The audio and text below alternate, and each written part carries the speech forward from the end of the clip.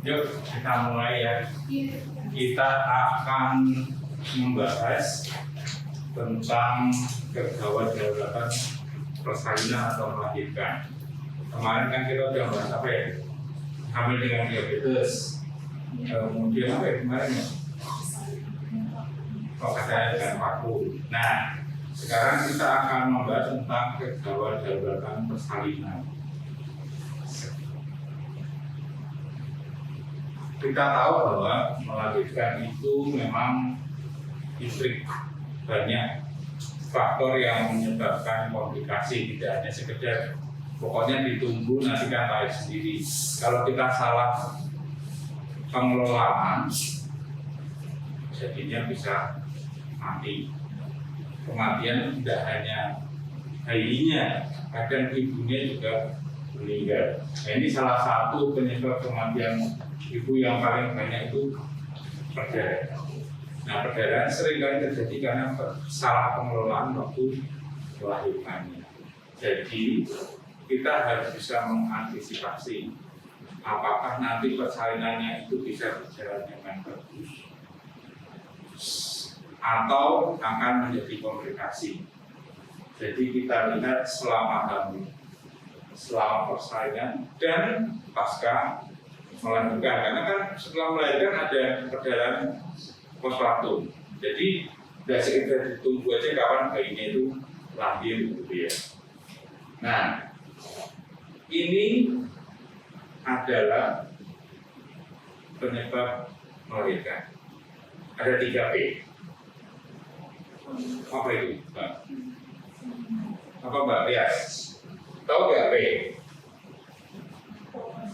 Poren. Apa poren? Ketika berarti dari ibunya, ya kan, kekuatan dari ibunya yang bisa membuat kontraksi sehingga bayinya lahir. Nah, passenger apa enggak? Lucy?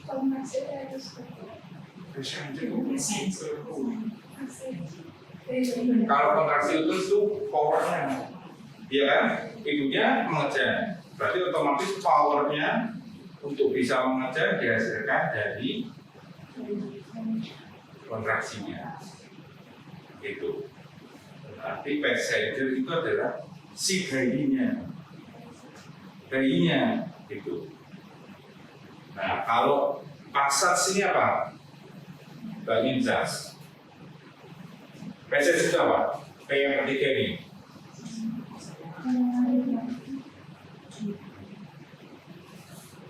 Nah, ini jalan lahirnya.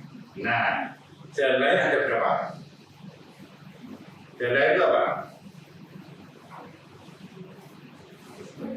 Jalan tol.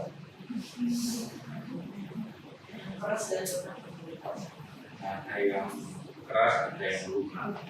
Supaya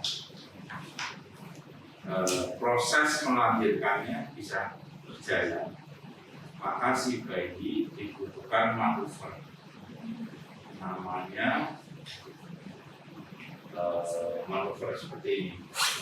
Ya.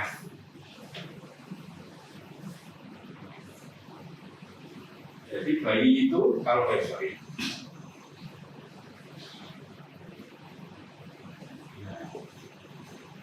jadi bayi itu kalau melahirkan nggak lurus terus lahir, dia butuh manuver namanya putaran traksi dalam,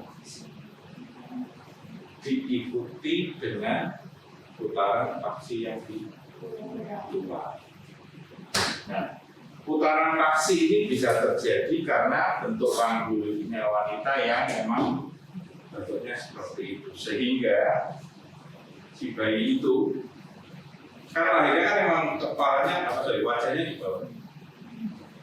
Bayi dari atas akan begini dulu, begini, muter, baru dia bisa lahir. Kalau bayinya lahirnya posisinya miring, nah berarti ada kesalahan putaran traksi dalamnya, nggak akan mungkin lahir. Dia harus mengikuti namanya sumbu dari panggul. Nah, sumbu panggul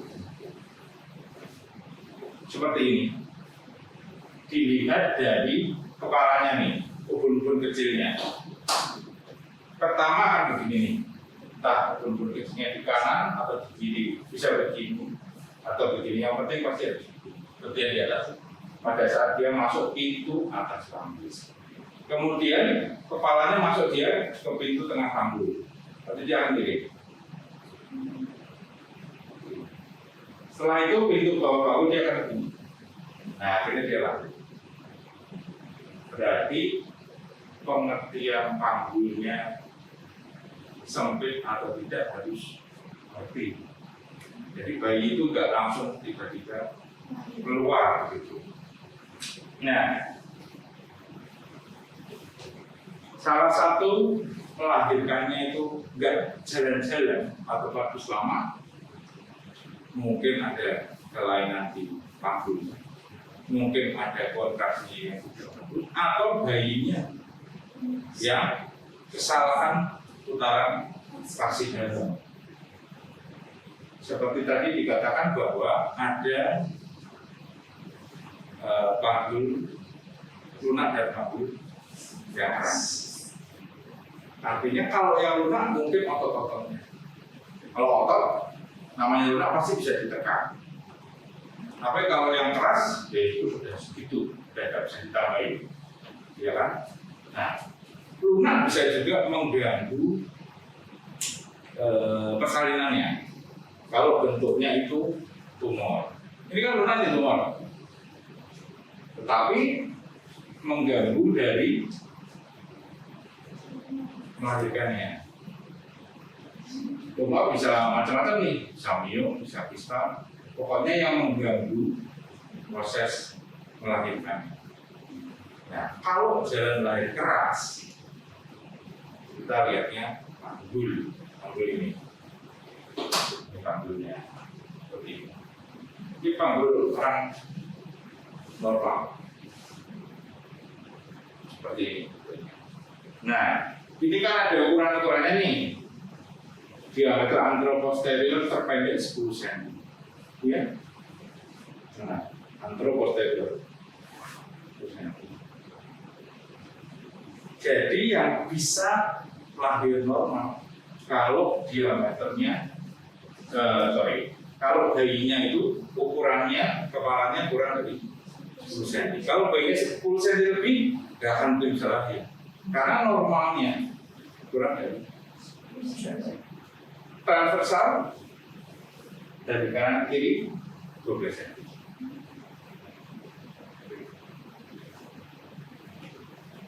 Terus interspinosum 10 cm. Diameter interspinarum sampai sagital posterior 13 cm. Jadi kalau bayinya lebih dari ukuran itu, tidak akan mungkin bisa lahir. Nah, sekarang tadi waktu melahirkan prosesnya bisa lahir kok, bisa jalan kok, proses bayinya bisa jalan terus. Tapi sudah pembukaan 10 kok nggak bisa lahir karena pintu bawahnya yang sempit, nih kurang dari 8 cm. Nah, terus sekarang tahunya gimana? Oh, ini si ibu ini 10 cm, 9 cm apa 12 cm? Gimana itu?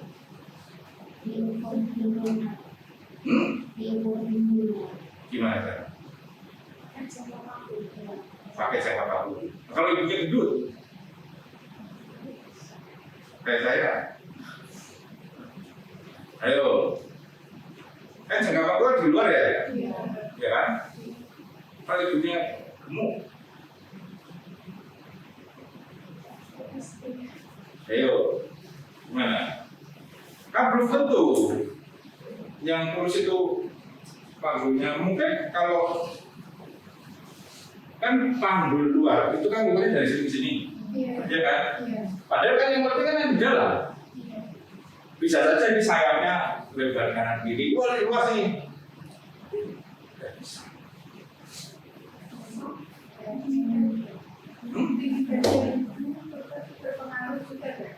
Enggak, ya maksudnya ini tinggi badan itu kalau kurang dari 150 kemungkinan panggungnya sempit, kemungkinan loh.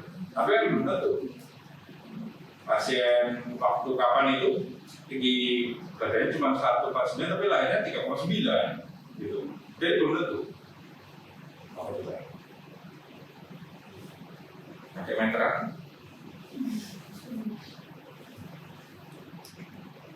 Diukur pakai tangan kita. Ya.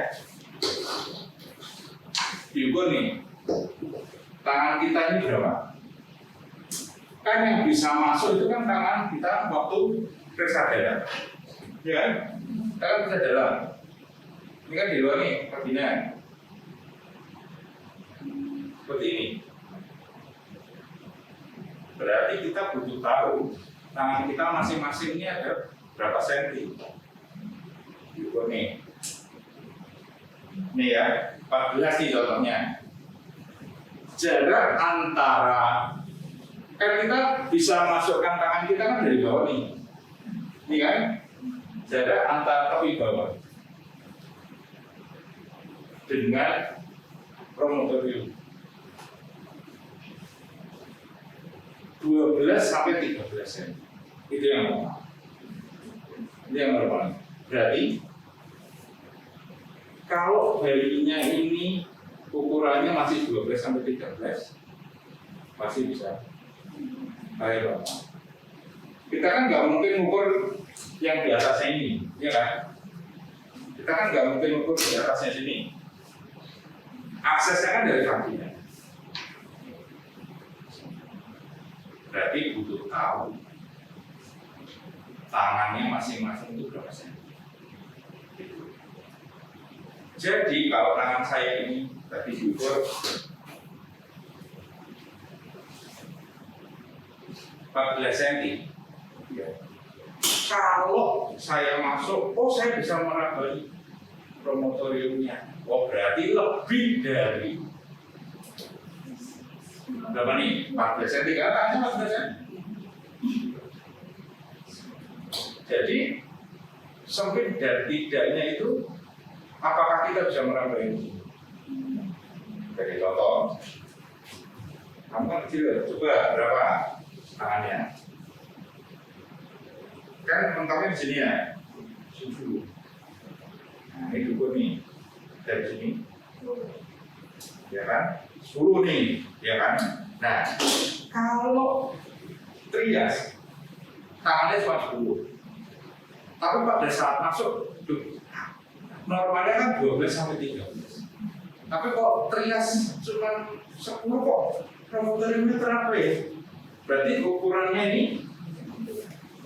kurang dari 12 sampai 13. Ya kan? Nah coba yang sini.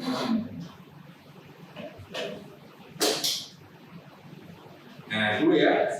Oke. Sekarang coba masuk dari sini. Di sini. Sini. Kan masih ada lunak, nggak mungkin mentok, pasti kan di sini, ya kan? Kalau ujung jarinya tidak kena, berarti lebih dari 10, ya nggak? Coba. Ini berapa? 9. Ya, sampai sini. 11. Oke, coba. Nah, kalau ini mentok, berarti ini sempit nih, ya kan? Kurang dari 12. Jadi yang dicari itu ininya, bukan di sini. Jadi memasukkannya, tangannya bukan lurus begini, bukan begini nih. Kan panggungnya harus begini ya. Tidak boleh lurus begini, tapi agak ke sana. Karena posisi dibuka tidur. Nah, kita masukkannya. Jadi nggak boleh ke bawah. Kalau ke bawah kena ini pasti gampang. Yang dicari adalah promotor ini.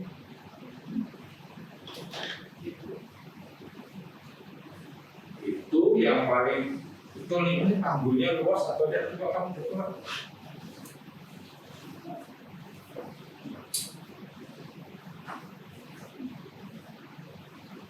Kalau apa namanya rating itu kayak saya belum meraba. Nah ini. Itu saya belum merapi ya, saya belum meraba kepala itu. Oh, kepala kan ada di sini. Iya, ini saya sudah mentok. Jadi kayak masih tinggi itu deh. Itu berarti kita memastikan. Jadi berarti posisi kepala itu masih di atas tangan kita ya? Iya. Posisi kepala kan masih di sini. Iya, itu memang tinggi. Iya. Nah, itu belum buka. Iya kan? Posisi kepala kan masih di sini. Ini masih. Kecuali kepala sudah di bawah sini, nah. Iya, belum. Iya kan kita kan mau memprediksi. Ini bisa lahir normal atau enggak sih? Kakalan faktusnya bisa dengan baik. Kalau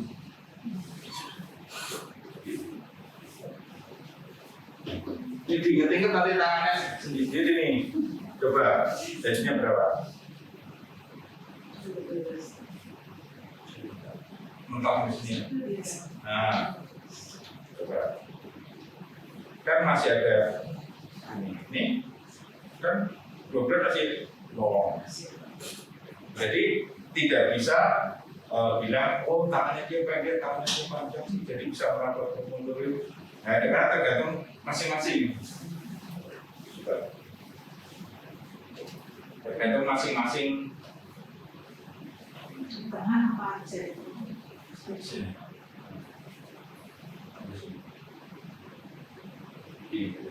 Nah, itu guys. Kalau waktu periksa bisa meraba ini. Dan sempit. Kan itu 12. Kamu coba lihat. Lihat panjang loh. 13 loh. 13 oke. Saya belum. Praktis seperti itu loh. 12. Nah, coba. Ya. Oke ini. Kalau dia bisa raba, oh berarti ini 12 cm. Itu tergantung masing-masing dari kita. Kalau tangan saya 14, tapi baru masuk setengah ini sudah mentok dari sulit banget. Tapi kalau sampai saya habis nih, baru saya bisa meraba, berarti luasnya ini lebih dari 12 sampai 13.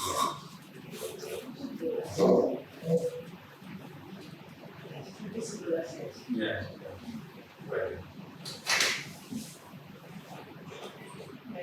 Dan nyampe kan? Kalau nyampe berarti sempit. Gitu. Ya.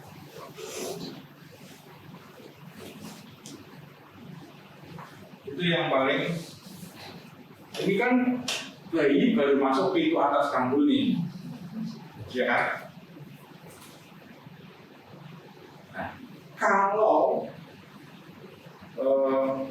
ternyata pembukaannya sudah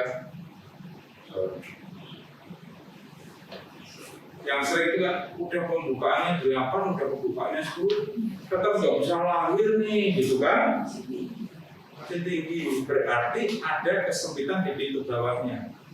Tahunya adalah kita mengukur ini di sininya.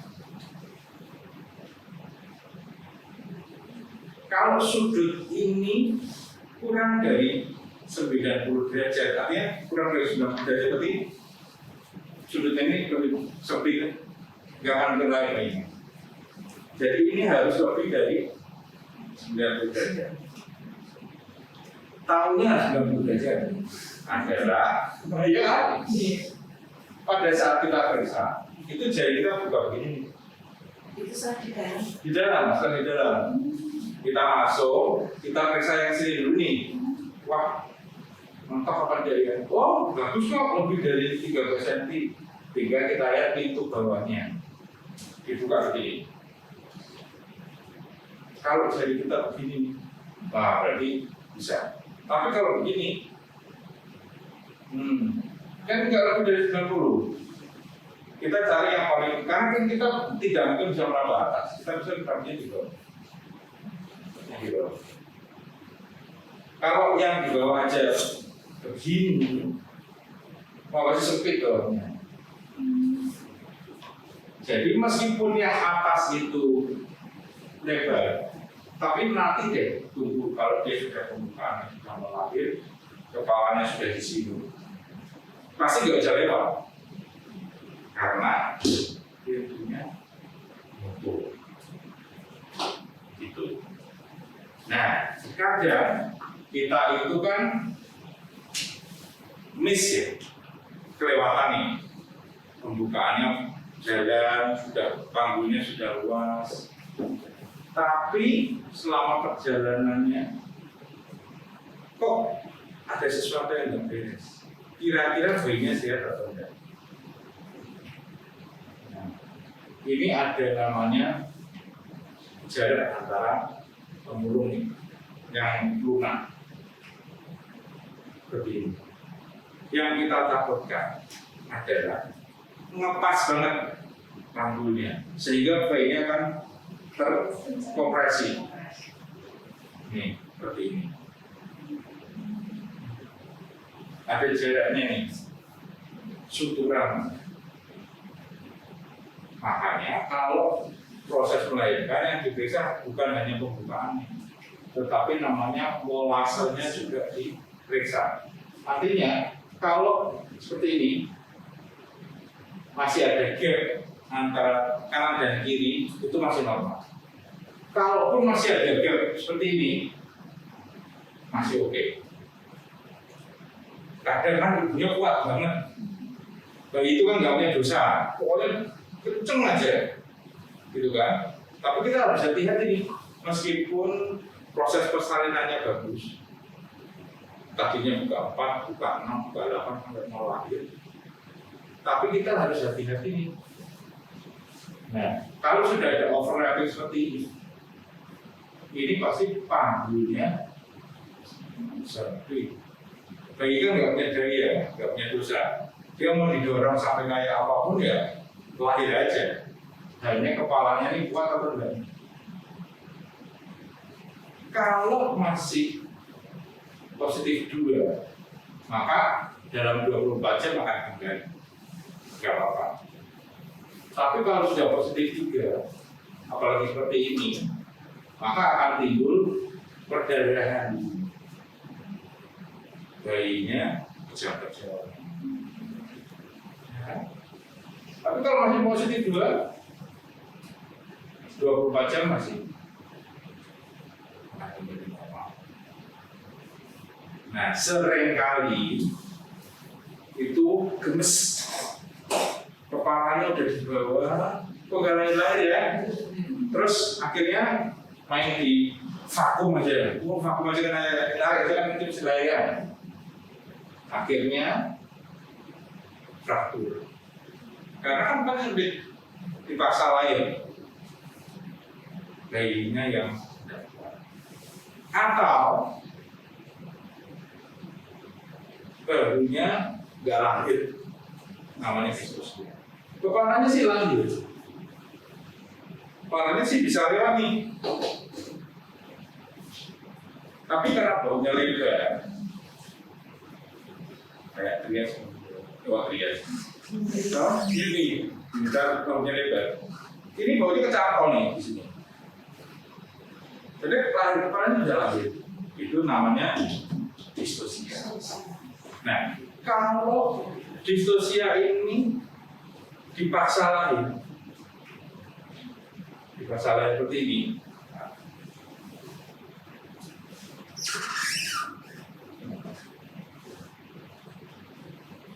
ini kan kepalanya bisa masuk panggul, atas, tengah, bawah, lahir.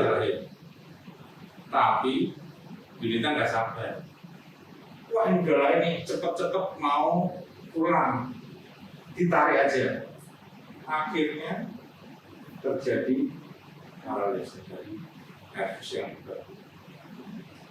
Nah, atau lepas, atau fraktur, atau yang ekstrim yang kemarin itu kepalanya lahir putus, badannya ketinggalan di dalam, ya kan? Yang kemarin viral. Atau kepala yang susah, badannya ditarik sekuat-kuatnya, putus, kepalanya ketinggalan di dalam. Jadi harus hati-hati. Nah, kalau kayaknya waktu melahirkan berat, masa harus operasi? Ya kan? Ini darah ini, paling darah. Tapi baunya kecantol. Apa yang dilakukan? Kalau operasi bukan operasi kan membutuhkan waktu sekitar persiapan 30 menit. Padahal si bayi ini kan tidak boleh lebih dari 7 menit untuk dilahirkan. Artinya semenjak kita pegang 7 menit kemudian dia sudah nafas. Kalau ini sudah di tangan kita tidak layak 7 menit, maka bayinya akan bernafas. Padahal posisinya belum clear. Kasih oksigen dulu. Tadi habis kan untuk melahirkan anunya, kepalanya nih, kepala darah nih, kepala darah ya. Iya, itu pakai apa namanya berangkat. Kan ini nih, sudah nih. Iya. Melahirkan dengan metode manuver itu manuver. Nah, manuver. Berat. Waduh, berat. Nah, jadi untuk meluaskan sumber panggulnya, kakinya itu dinaikkan. Otomatis ini nggak usah diapa-apain. Kita lihat bahunya yang kecantol tadi, tuh, lepas sendiri, tidak perlu ditarik, ya kan? Jangan ditarik malah. Kalau ditarik nanti pasti nervusnya sini. Jangan ditarik dengan di micropeg itu. Maka kalau sudah di micropeg tetap nggak lain, otomatis tangan kita mengecilkan bahunya. Tapi kan sulit ya. Tangannya dokternya masuk, terus dikecilkan. Atau asisten yang melahirkan dari atas ibunya ini ditekan nih, sehingga bahunya. Tapi setelah micropeg dulu, karena micropeg itu fungsinya memperluas jalan lagi.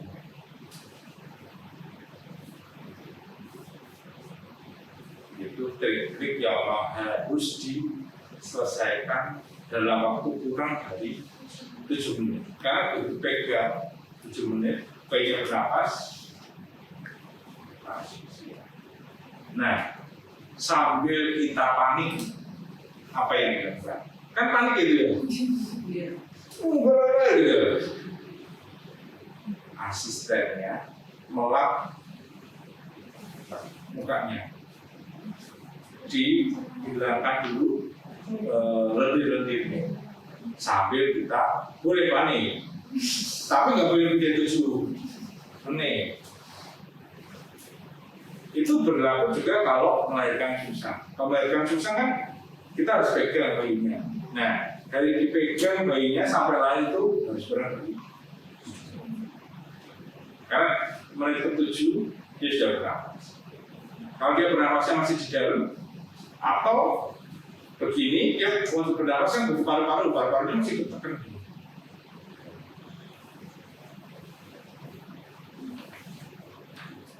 Jadi panik boleh, tapi biasanya harus saya.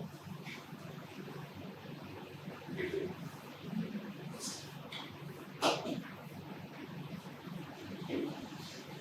Ada yang tanya ya, Nah, gimana? Saya mau katakan ini menurut pengalaman saya itu punya ponakan. Saya itu nggak tahu lahirnya seperti apa. Waktu itu kepalanya jadi gepeng itu sampai sekarang pun itu pengaruh karena panggil sampai ibunya terus dipaksa lagi jadi seperti itu atau gimana ya?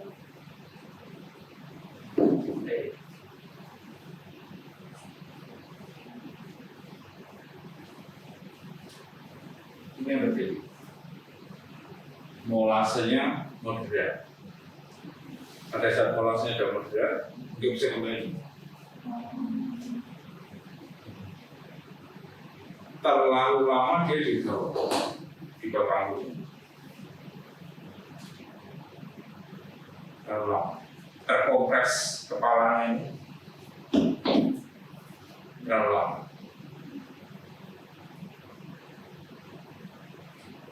Ini kan dikatakan bahwa kalau masih 1 atau 2, 24 jam akan kembali. Tapi kalau sudah 3, nggak bisa kembali. Caranya gimana? Vakum. Dilahirkan dengan cara cepat. Artinya apa? Kan bisa lahir ponakannya. Berarti kan tidak ada kesempitan panggulnya, ya kan? Tapi karena dia terkompresi lama, akan membentuk seperti itu. Berarti harus dilahirkan dengan cara lebih cepat. Maka kembali ke 3P. Powernya diperbaiki, ya kan? Passengernya gimana nih? Nah, kalau terkompresi begini kan pasti oksigennya kurang ya kan? Ibunya dikasih oksigen. Passage-nya kan pasti baik, tapi dia kecantol nih di bawah. Maka harus dibantu dengan ekstraksi vakum atau ekstraksi proses.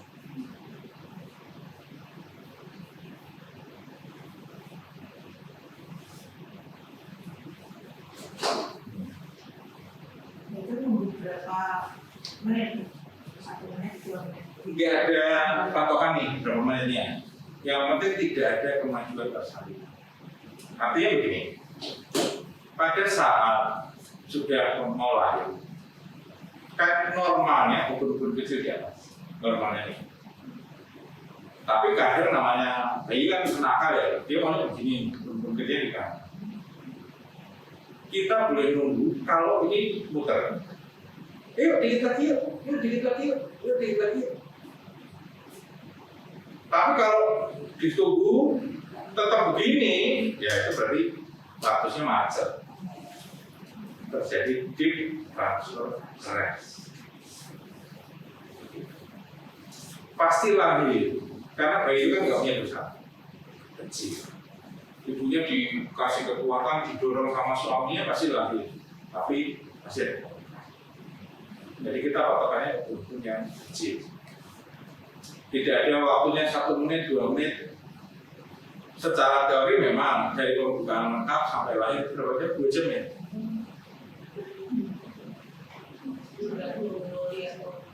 Ya.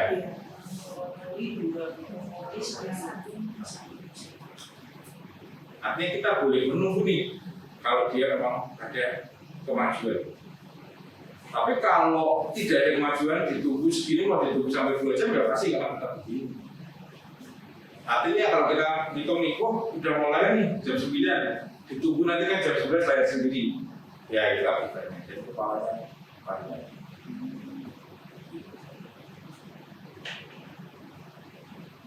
Jadi memang teori oke, tapi kita harus lihat di lapangannya seperti apa.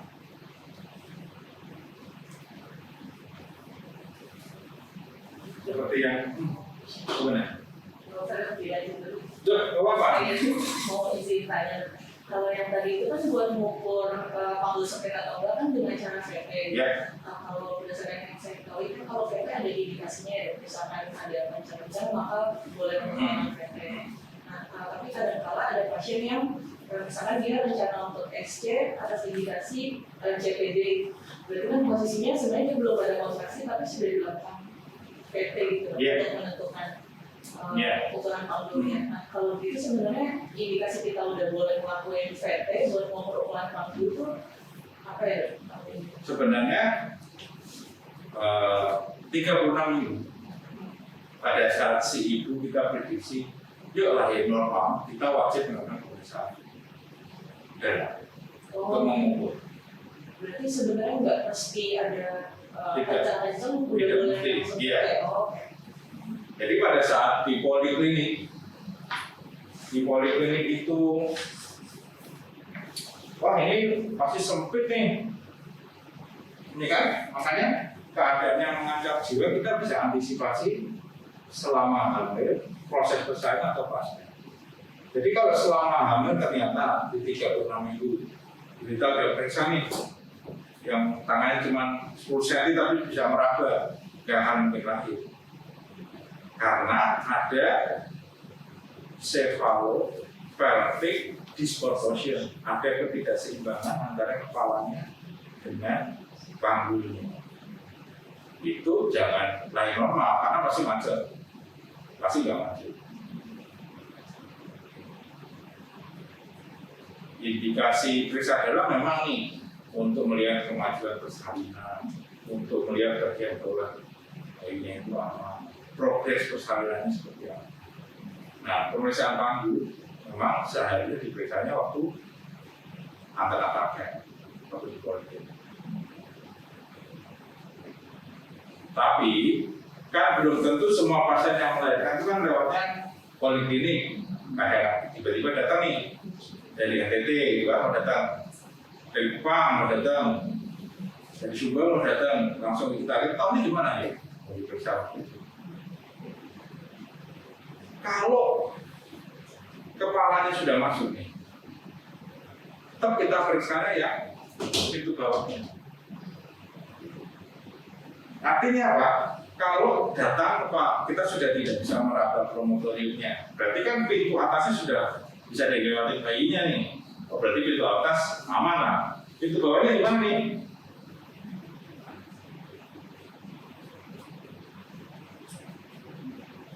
Jadi intinya pada saat proses persalinan itu yang diperiksa tidak hanya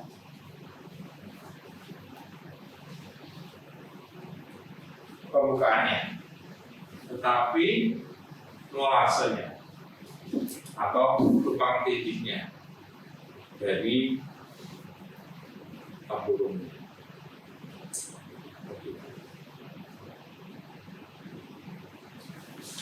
Dulu pernah ada, kok kepalanya kok nggak rata ya, begitu. Padahal ini adalah batu molas.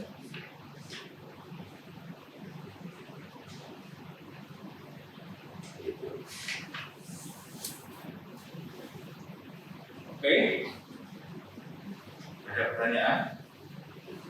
Yuk, silakan. Kalau multinya yang tidak itu tidak bisa atau bisa diapakan itu.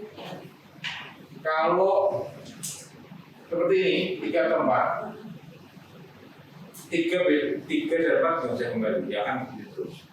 Contohnya, Tidak bisa.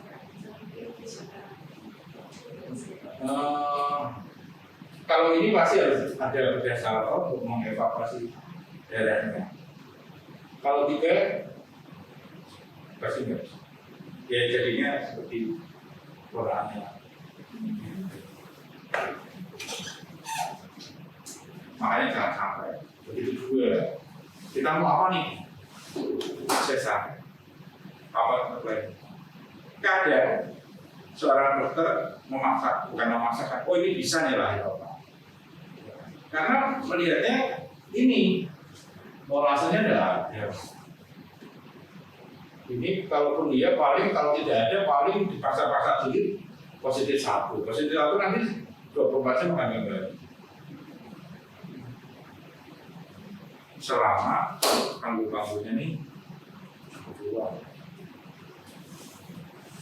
Artinya apa? Pada saat kita lahir normal, itu harus bisa lahir normal, jangan dicoba-coba. jangan ditunggu terlalu lama, meskipun secara teori multi itu 1 jam, ini itu 2 jam. Kalau tidak ada kemajuan dari persalinannya ya jangan diikuti.